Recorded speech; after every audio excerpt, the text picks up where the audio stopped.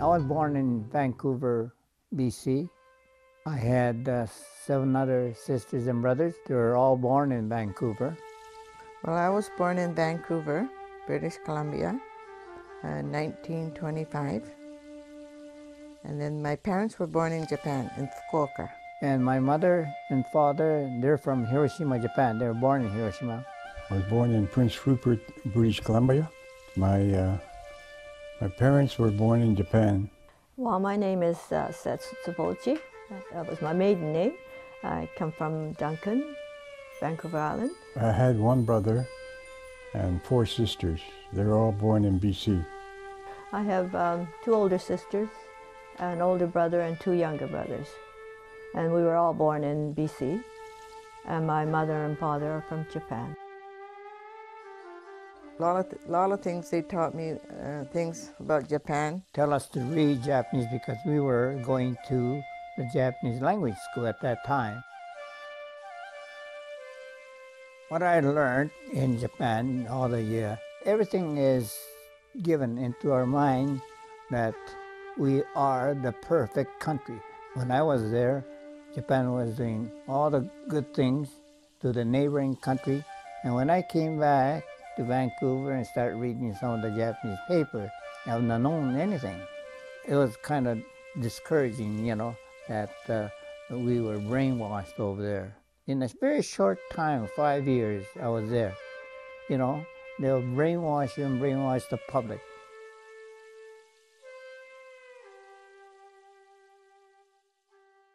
Well, it was on a Sunday.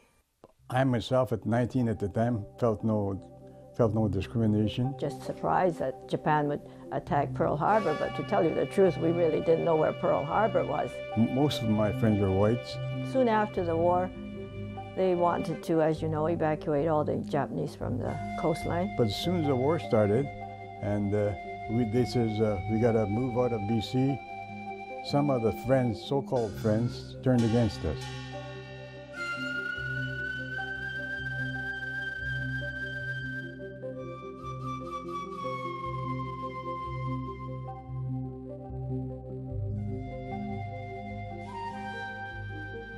They didn't know where to put us. I think it's called the Pacific National Exhibition. We were in Hastings Park for 3 months. Where there were a lot of big buildings that they could put us. We couldn't have any cameras, and what we took was just our clothing. They had to clear out the stalls for the animals for us. We used to have bunk beds. My parents slept downstairs and we slept on the top bunk. So we used to always wait for the Mounties to come around to check. And there would be people outside looking at us and calling us Japs and things like that, but we tried to ignore that. The Mounties were very nice about it,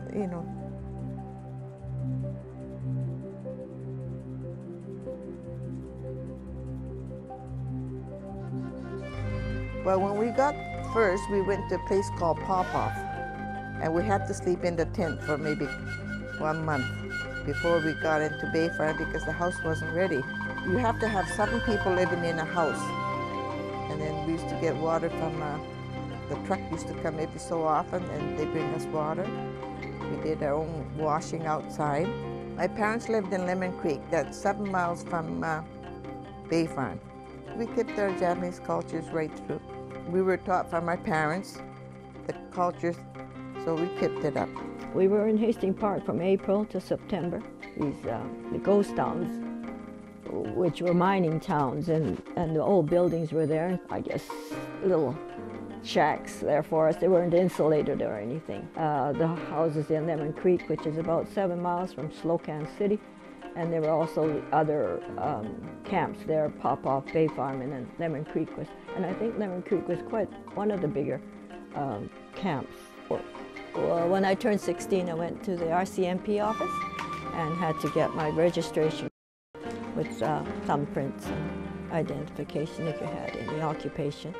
So I guess we're kind of virtually prisoners right in the camp, but there were no guards or anything, walking up and down. There wasn't any barbed wire or anything, but there were mountains and there was no place where you can escape. The Issei's, especially the first generation, didn't think that Japan would lose the war.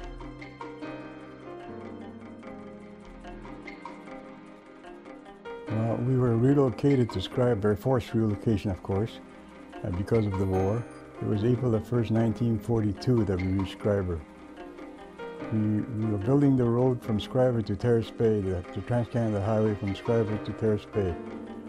I was allocated the job of being the local. End of May, we took a train, reached West Toronto, and we had to stop over there. A lot of people at the station there was looking at us. They thought we were prisoners of war, but we were speaking English. They said, look, they can speak English. I would say 95% English and 5% Japanese to our parents. In 1942, my brother and I were the only one that's living in Canada as far as the Oshimo family is concerned. We got the notice of taking a train to the road camp. There was a regulation. Nobody's supposed to be outside after dark. And he got caught walking home that night. So he was sent out to Petawawa in Ontario. I wasn't following the government's order to move out. That's when I met my brother at Angler. They moved out of Petawawa and I got into Angler at the same day. Angler, internment camp, there's a lot of things, nice thing going on. You could learn Kendo, Judo, learn English or Japanese. But the thing I regretted was the time we had to bow toward the east. I guess everybody followed what the camp leader told us to do. Some group in that bunch that was brainwashing a lot of those second generation, what to expect when the war ends.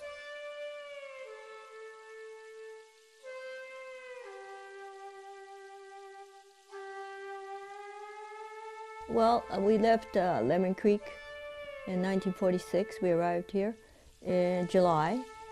It was a good feeling, just the same. I can't recall too much about that time. I like Fort William anyways. I did like it. We lived in the East End, and in the East End there were a lot of different ethnic people. There were Italians and Ukrainians, and they just took us as who we were, and never, I don't think there was any objections about us moving in there.